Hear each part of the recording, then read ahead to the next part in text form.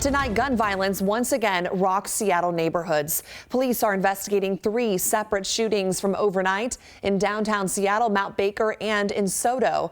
The last one happened right in front of Lumen Field, where a 27-year-old man was killed.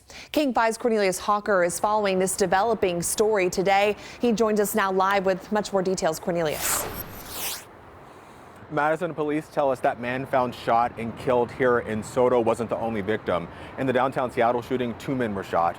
And in the Mount Baker shooting, a teenage girl was shot in the neck. At 10 o'clock last night, Seattle police tell us a shootout between 2 men led to one of them, a 26-year-old, getting shot twice. A 39-year-old security guard who tried to step in was grazed by a bullet. It happened in downtown Seattle near Denny Way and Stewart Street. At 2 this morning, police responded to an apartment building, Baker 38 Apartments, in Mount Baker, where they found a teenage girl shot in the neck.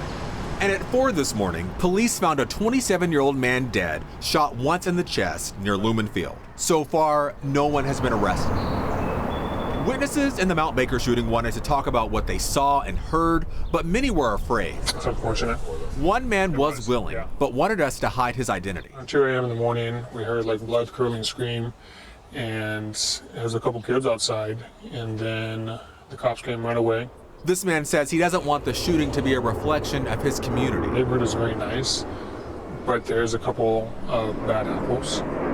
The man says it was sad to see a bunch of young people seemingly involved in the shooting. It was probably around, 5 to 8 kids that were running outside.